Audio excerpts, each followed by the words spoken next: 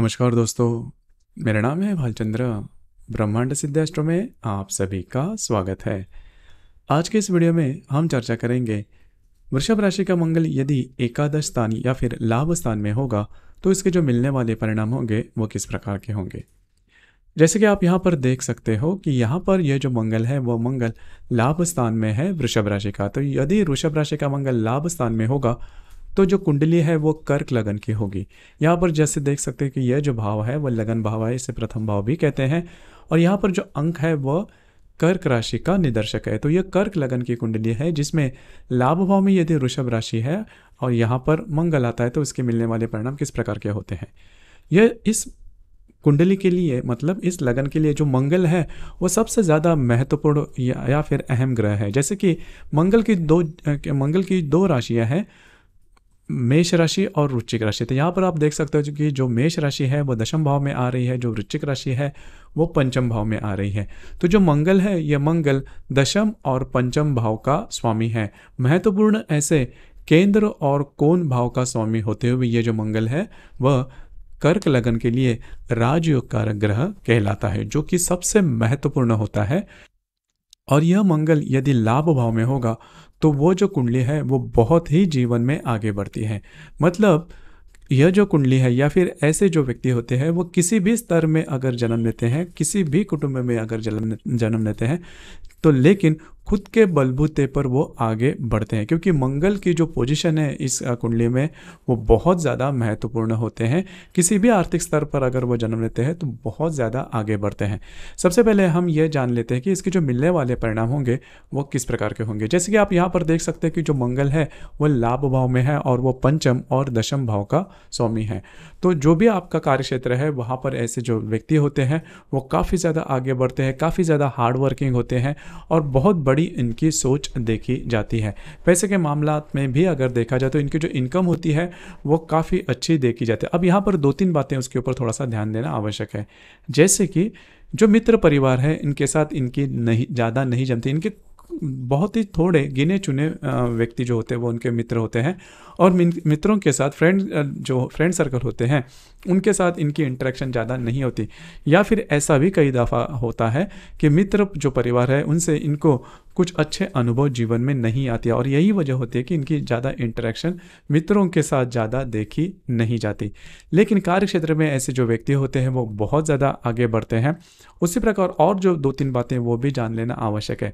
जैसे कि यदि यह मंगल वृषभ राशि में करीबन 3 नक्षत्र आते हैं, कृतिका, रोहिणी और मृगशीर्ष। तो इसमें जो कृतिका नक्षत्र है वो बहुत ही ज़्यादा महत्वपूर्ण है। कृतिका नक्षत्र आप सभी को पता भी होगा कि यह राक्षसगणी नक्षत्र है और ज्योतिष शास्त्र में जो महत्वपूर्ण नक्षत्र है जो कि आपको कंपलसरी इफेक्ट देते हैं उसमें कृतिका नक्षत्र काम में आते हैं, या फिर कृतिका नक्षत्र का जो नंबर है वो काफ़ी आगे का है। तो जैसे कि अगर मंगल यदि कृतिका नक्षत्र में है वृषभ राशि का तो सबसे पहले महत्वपूर्ण बात होगी आपके संतान के बारे में। संतान सुख का मिलना थोड़ा सा कठिन होता है, खास करके महिला के कुंडली में इस प्रकार का योग है। मतलब लाभ भाव में वृषभ राशि के कृतिका नक्षत्र में यदि मंगल है तो ऐसी जो महिला होती है उनको संतान के सुख के बारे में बहुत प्रॉब्लम कॉम्प्लिकेशंस आते हैं। खास करके जब वो प्रेग्नेंट होती है तो प्रेगनेंसी के दरमियान बहुत ज़्यादा कॉम्प्लिकेशन आते हैं, बहुत ज़्यादा प्रॉब्लम आती है। और पुरुष जो व्यक्ति होते हैं उनके अगर कुंडली में भी इस प्रकार के अगर योग है तो संतान के साथ ज़्यादा नहीं जमना, संतान के साथ प्रॉब्लम कॉम्प्लिकेशन होता या फिर संतान के साथ इनकी ज़्यादा नहीं जमती। ये बात जान लेना बहुत ज़्यादा आवश्यक है। लेकिन इसके संदर्भ में और एक जो बात है वो बहुत महत्वपूर्ण है कि वे जो व्यक्ति होते हैं वो उच्च शिक्षा प्रदान करते हैं। मतलब यह मंगल किसी भी नक्षत्र में है, यदि तो वो कृतिका नक्षत्र में है, रोहिणी नक्षत्र में है या फिर मृगशीर्ष नक्षत्र, खास करके अगर मृगशीर्ष नक्षत्र में है तो वे जो व्यक्ति होते हैं वो एजुकेशन में बहुत ही ज़्यादा आगे बढ़ते हैं और इन लोगों को जो आउटडोर स्पोर्ट्स होते हैं उनमें भी काफ़ी ज़्यादा आगे वे बढ़ सकते हैं। उसी प्रकार और एक जो बात है वो थोड़ी अलग से है, लेकिन आजकल इसके बारे में प्रश्न ज़्यादा पूछे जाते हैं रिलेशनशिप के मामले में। तो यदि मंगल यदि कृतिका नक्षत्र में है आपके लाभ भाव में तो रिलेशनशिप के इश्यूज ज़्यादा होते हैं, तो इसके ऊपर आपको थोड़ा सा ध्यान देना होगा। उसी प्रकार ये जो मंगल है ये मंगल चतुर्थ दृष्टि से आपके द्वितीय भाव को देखता है। तो यदि आपके लाभ भाव में मंगल वृषभ राशि का है तो ऐसे जो व्यक्ति होते हैं वो थोड़े से खर्चीले होते हैं। मतलब खर्च के ऊपर वो ज़्यादा खुद को नहीं, पेशेंस उनका थोड़ा कम देखा जाता है।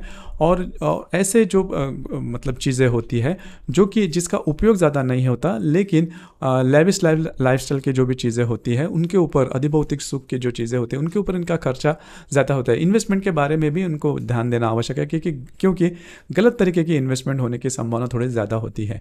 यह जो मंगल है, यह मंगल सप्तम दृष्टि से आपके पंचम भाव को देखता है। यह मंगल सप्तम दृष्टि से आपके पंचम भाव को देखने के कारण, जैसे मैंने शुरुआत में कहा कि ऐसे जो व्यक्ति होते हैं इनकी जो संतान होती है इनके साथ ज़्यादा नहीं जमता। अब यह बात होती है। और जो मैंने शुरुआत में बात की कि रिलेशनशिप के मामले में भी थोड़े प्रॉब्लम कॉम्प्लिकेशंस आते हैं, उसी प्रकार ये जो मंगल है, ये मंगल अष्टम दृष्टि से आपके षष्ठ भाव को देखता है।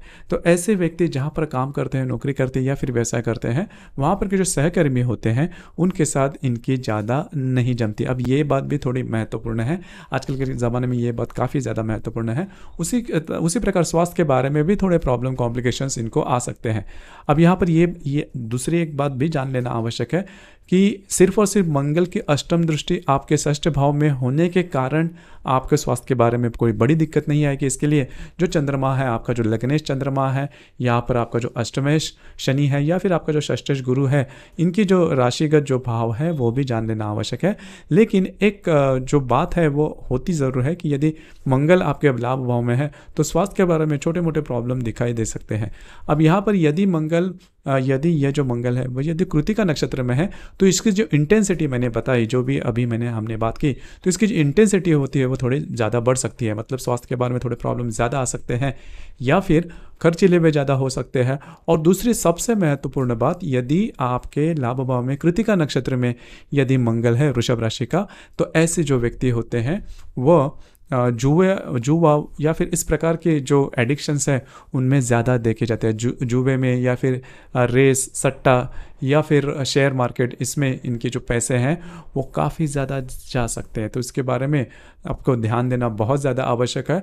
और यदि कृतिका नक्षत्र में यदि मंगल है आपके लाभ भाव में, तो मित्र परिवार जो है उनसे थोड़ा बचना बहुत ज़्यादा आवश्यक है। मित्र परिवार के साथ उनके जो रिलेशनशिप है या फिर उनसे इनको कुछ अलग ही प्रकार की जो बातें हैं वो हो सकती है, चीटिंग हो सकती है, फंसाया जाना, इस प्रकार की बातें इनके साथ हो सकती है। तो यदि कृतिका नक्षत्र में मंगल है तो उसके बारे में ध्यान रखना बहुत ज़्यादा आवश्यक है। अब यहाँ पर और एक बात है कि यहाँ पर यदि शुक्र है, मतलब वृश्चिक राशि में यदि शुक्र है, तो ऐसे जो व्यक्ति होते हैं उनका प्रेम विवाह होने के चांसेस काफ़ी ज़्यादा बनते हैं। हालांकि इनके रिलेशनशिप भी काफ़ी ज़्यादा होते हैं, लेकिन प्रेम विवाह होने के चांसेस काफ़ी ज़्यादा बनते हैं। तो मूल रूप से अगर देखा जाए तो यदि कर्क लगन है और आपके लाभ भाव में वृषभ राशि का मंगल है, तो आपको पैसे के मामलात में कभी भी किसी भी प्रकार के प्रॉब्लम कभी भी नहीं आती। अब यहाँ पर दूसरी जो मैंने बात की कि वो जो मंगल है वो कौन से नक्षत्र में है, वो थोड़ा सा इंपॉर्टेंट होता है। कृतिका नक्षत्र में जैसे हमने कहा, लेकिन यदि यह जो मंगल है वो रोहिणी या फिर मृग नक्षत्र में है तो ऐसे किसी भी प्रकार के बड़े प्रॉब्लम या कॉम्प्लिकेशन देखने को नहीं मिलते। आपके इसके संदर्भ में अनुभव क्या है, आपके विचार क्या है, नीचे कमेंट बॉक्स में ज़रूर कमेंट करना। और अपना जो चैनल है ब्रह्मांड सिद्धि एस्ट्रो, इसे भी लाइक, शेयर और सब्सक्राइब ज़रूर करना। धन्यवाद।